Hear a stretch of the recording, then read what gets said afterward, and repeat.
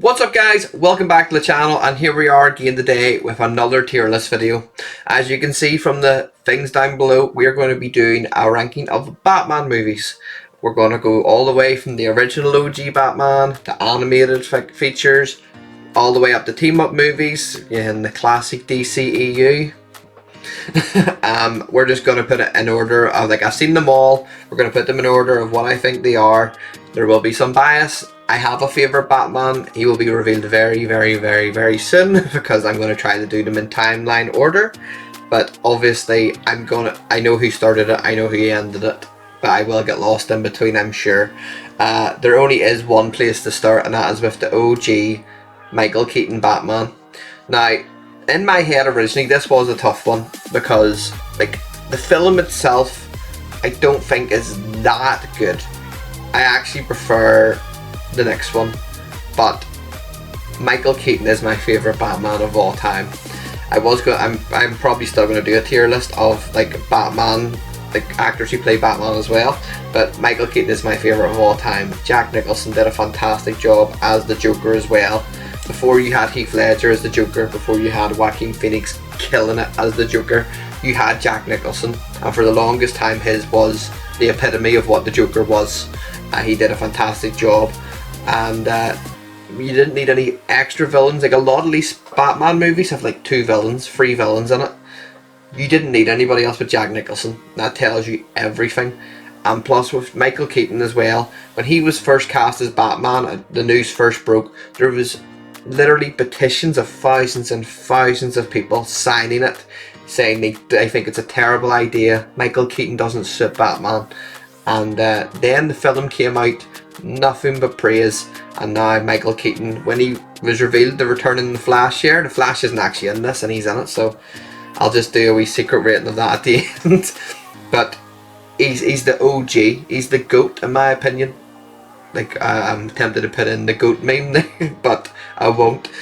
It's iconic. Michael Keaton kills it, and we'll be able to quickly do Batman Returns as well, which I've said I prefer. A lot more of a personal story. Danny DeVito kills it as the Penguin, Michelle Pfeiffer as Catwoman, both fantastic. I said I preferred it to Batman. I'm trying to get it. Yeah. So both Michael Keaton Batman films are in the top 2. That is obvious. The Batman Returns is actually the first one I physically seen. I didn't start watching Batman films, like, I didn't watch them religiously anyway, I was just a kid, but it was the first one that was on that I seen. I just loved it, just fell in love with the whole Batman film idea.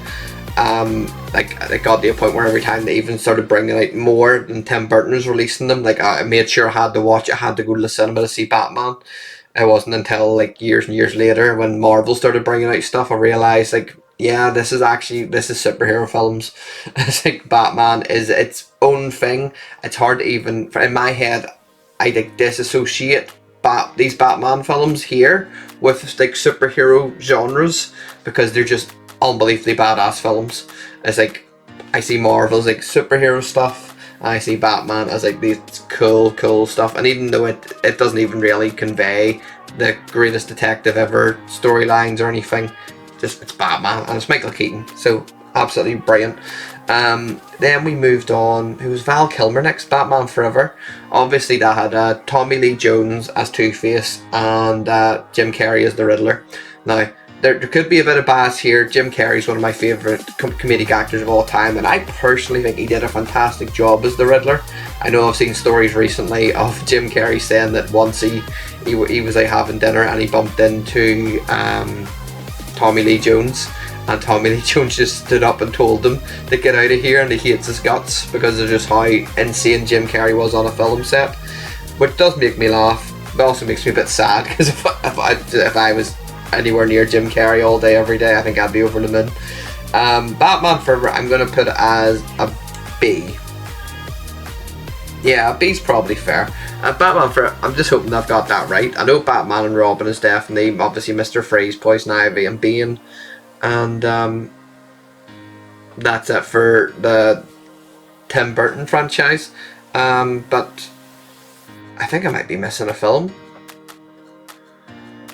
One second. I'm going to Google list of Batman movies, because I'm pretty sure either Val Kilmer or George Clooney did 2 Batman movies. One of them is bound to have. List of live action Batmans. List of live action Batman movies. Yeah, Batman Forever we've got. Batman and Robin we've got. Batman Returns we've got. The original Batman.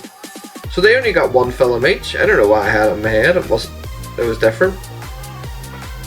Like, fair enough. Obviously we don't have the likes of the Catwoman film on here, by the way, because, you know, trash. Halle Berry, hot trash.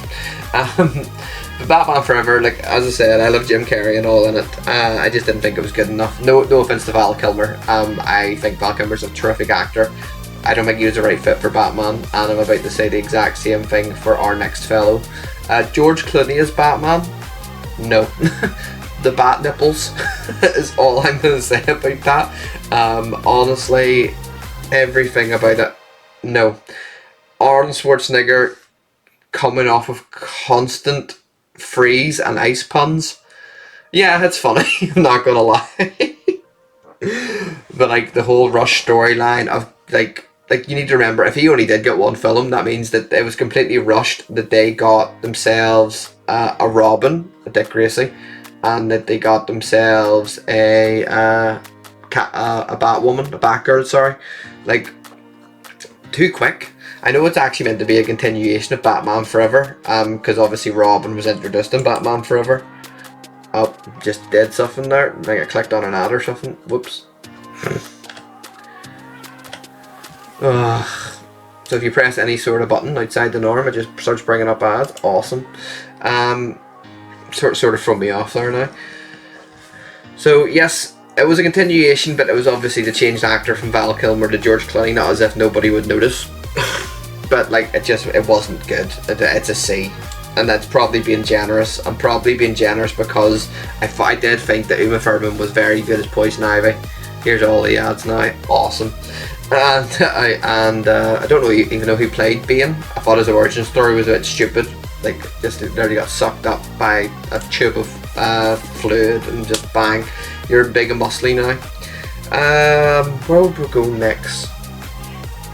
Obviously the Christopher Nolan trilogy would be next. Batman Begins. Batman Begins, I think, is an A.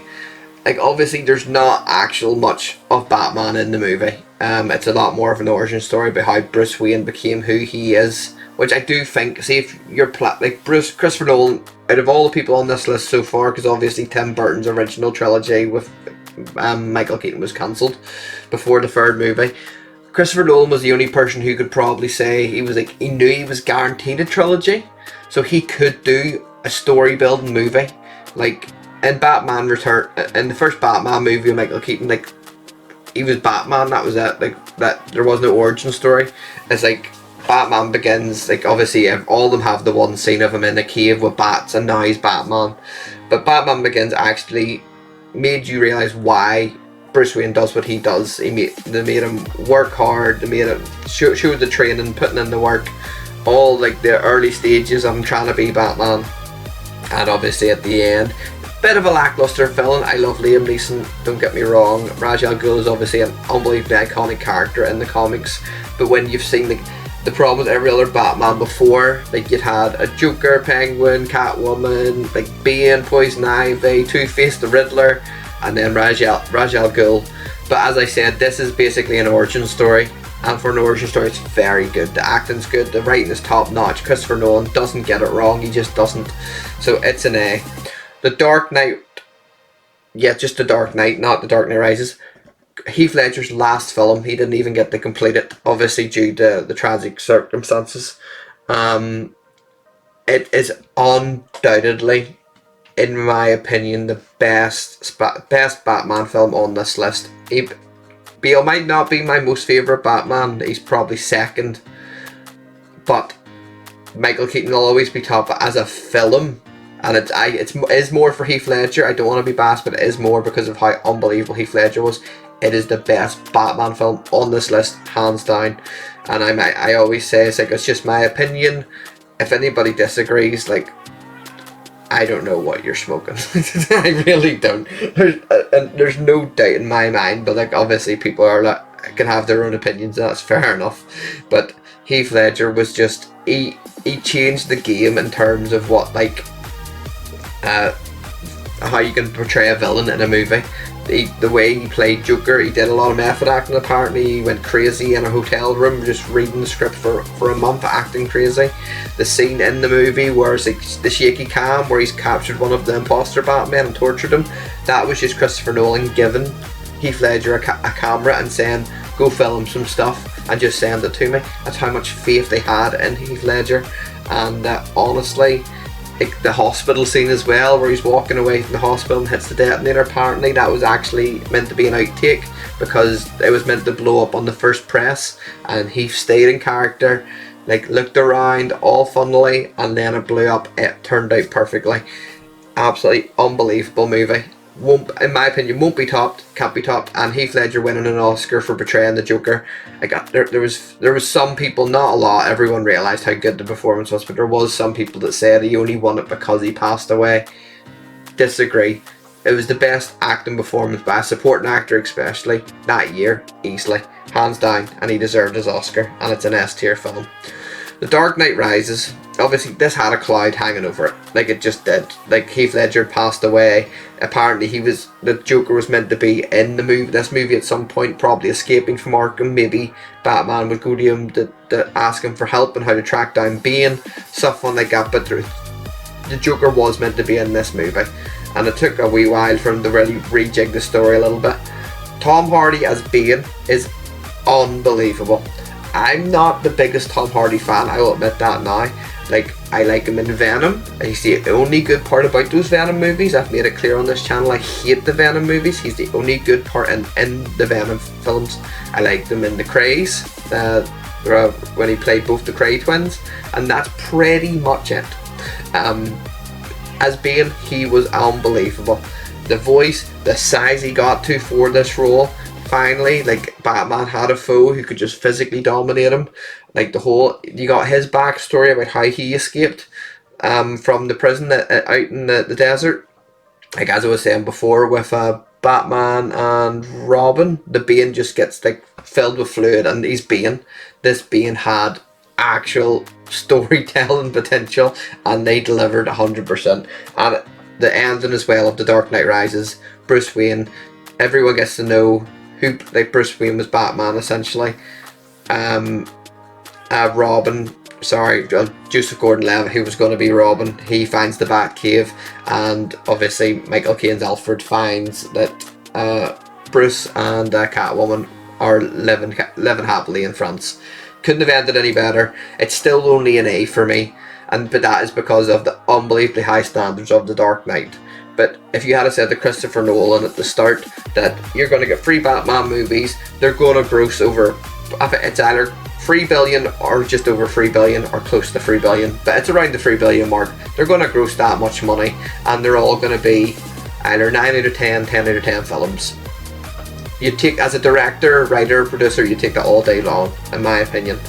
Now we're into the tricky ones, because now there's some ways I'm going to have to shit on Batman a little bit. Probably more than I even did with the Val Kilmer one. I'll do Lego Batman first, keep it lighthearted. Lego Batman's an A.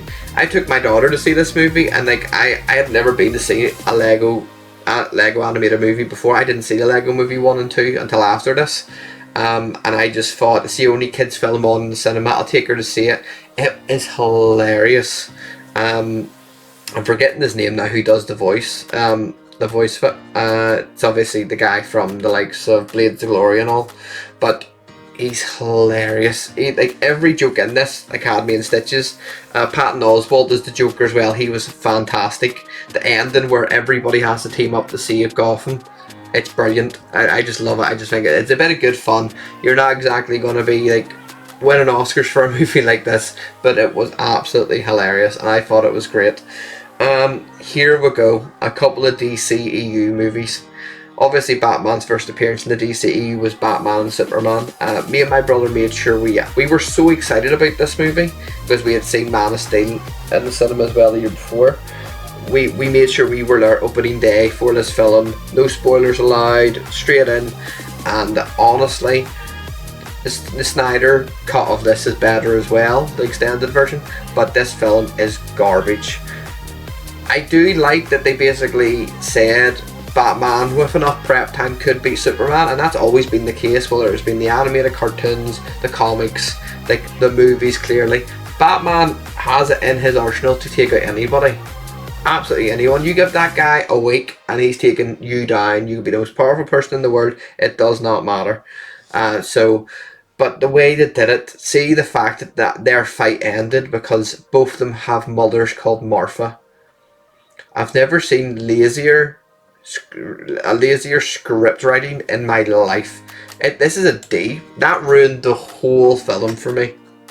The whole thing about Superman, he gets killed as well by the kryptonite spear that was originally intended for him anyway. It was going to be used on the big Doomsday, and then you see literally at the end of the movie, like there's the hint that he's going to return. It's like, if you're going to end the movie on something like that, where like you're teasing Superman's dead, he's not coming back, why would you tease him coming back in the actual movie? Not even a post-credit scene that people might miss and then still be surprised. You still tease it, and then when you do bring him back in the Justice League, it's nothing to do with how you were hinting in the previous movie. It's literally just you had to electrocute a big cube at the same time it hit the water and give him life force, blah blah blah, all garbage. This is a D film. They did everybody a disservice. As much as I like Jesse Eisenberg, he was not the right fit for Lex Luthor. Gal Gadot as Wonder Woman, and it's basically a cameo. She was good, but like after we've seen the Wonder Woman movie itself after this, and it was way better than what this was. So it's a D, simple as that. The original rushed Justice League, the team up movie that was meant to rival the Avengers. They even got the Avengers director and Josh Whedon to take over from Zack Snyder. They did this team up movie before Wonder Woman had a film, before Cyborg never got a film, before Aquaman 1 came out, before Flash ever had a movie. Batman hadn't even had a standalone film, he had just been in Superman's sequel, and they did a team up movie. DC and Warner Brothers were literally on some special kind of drugs when they were thinking up this plan, because see, every time Marvel did an Avengers movie, whether that Avengers movie was as good as the last or anything, like Age of Ultron wasn't as good as the others, but they earned that movie. They had built up an integrated story through other movies, solo movies, and then they brought it all together in a big Avengers blowout. DC were just like, we need all our heroes on the screen, so let's just do it. Let's make up a story on the spot. No, absolute garbage. The Josh Whedon one is an F. One of the worst films I've ever seen. It took me like 3 attempts to get through it all because I had to keep stopping because I was so angry at how crap it was. It should have been so much better. And I am doing a DCEU tier list as well, about individual DCEU films. I'm going to shit all over it there too, completely separately, so I won't go too much into it. Zack Snyder's Justice League, I don't think it needs, I can't put it as high as A, because yes, it improved tenfold on what Josh Whedon did. Josh Whedon just redid the whole film and inserted like unfunny jokes. Josh Whedon started like falling from the peak of his powers at this time. It's a B. The scenes were so much better writing. The fact that some of the added in scenes, like when Martian Manhunter, Zack Snyder filmed that in his driveway with a green screen, and you're telling me it takes like 200-300 million to make things like Ant-Man nowadays? Zack Snyder's out here with a green screen in his driveway. Much better film, much better sequences, but it's still only a B. The Justice League film just wasn't merited or earned. But I am a firm believer if you had left Zack Snyder in charge of the whole DCEU as the original plan was, like the way sort of James Gunn and Kevin Feige had a little eye over the MCU, I think it would have been a way better universe and probably wouldn't even have warranted being cancelled. And obviously the latest entry, Pattinson himself, Robert Pattinson's Batman, I really enjoyed it. it really leaned into the whole world's greatest detective theme. It's about time, because that is what Batman is. I'm gonna give it an A. I thought, I forget their names. The Riddler was fantastic. The whole thing, like some of the storyline beats a bit silly, like how I'm gonna flood Gotham and all, blah blah blah. It's like I'm trying to punish the rich and all, but then he floods Gotham, which is only going to affect the poor people. It doesn't make any sense. But we also got a hint at Barry Keoghan's Joker, like for the potential sequel. Yeah, I'd be all for that. I think he's a great actor. I think it's risky doing another Joker, because obviously we're waiting on the sequel for Joker, Joker Filet, blah blah blah. Not looking forward to it at all. Gonna be too much of a musical. Just stick to what you're good at. So you're gonna have two separate Jokers in one universe. You're gonna have a new DC Universe Batman. You're gonna have Pattinson's Batman, and you're going to have, I think they're doing a new Batman film where Batman is a dad. Bolder the Brave, I think it's called. Batman's is a dad, and he's got a young son who's teaching to be Nightwing or something. So there's going to be like 3 Batman, 2 Joker in one universe. I know there's a multiverse, but not interested. But Pattinson did a very good job. He played Bruce Wayne very well, but then he slipped into the persona of Batman. Like that's all he had. Like that's sort of what they're saying the next Spider-Man movie's going to be. Like Peter Parker's going to be forgotten, and it's going to be Spider-Man's like the persona of the guy himself, and that's sort of what Pattinson did, and he did a great job. It was not like, see, I know Ben Affleck was not given a fair shot at all. I would have loved to see a solo Ben Affleck movie. He wasn't given a fair shot. I think he was great as Batman for what he had. No other actor on this list with the scripts that Batfleck had could have done what he did. But like, this is the first solo Batman movie since the Dark Knight trilogy. So Pattinson did a very good job. You have to admit that. But anyway, that's my list, guys. Another short one. That's probably, even though it's like probably 20 minutes long. That's my Batman tier list. If you agree with it, let me know. If you don't, let me know too. I'll reply to every comment. Like, let me know what your favourites are down below. Make sure to like, subscribe, comment, all that stuff you guys do. And I shall see you on the next one.